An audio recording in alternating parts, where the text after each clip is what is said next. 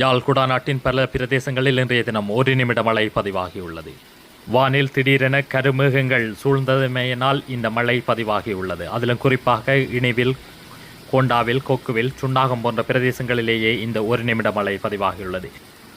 So என்று அடித்து பெய்த இந்த மழையானது வந்தான் சுட்டான் சேத்தான் என்றது போலே உடனே அந்த மழை காணாமல் போயுள்ளது.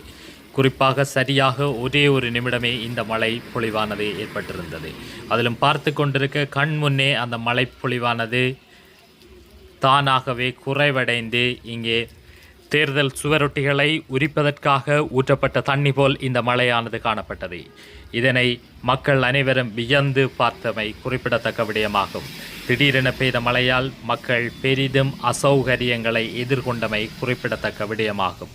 இப்பொழுது அந்த மழை நின்றுவிட்டது. நன்றி, வணக்கம்.